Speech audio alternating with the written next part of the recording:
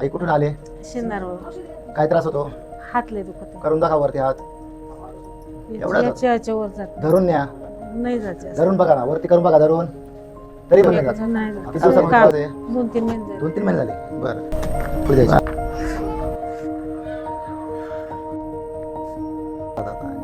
गेला का डोक्यापर्यंत? हात माझ्याकडे काम. नका ना. थांबा थांबा, बरं व्हायचं नाही का? नाही. उठा बस.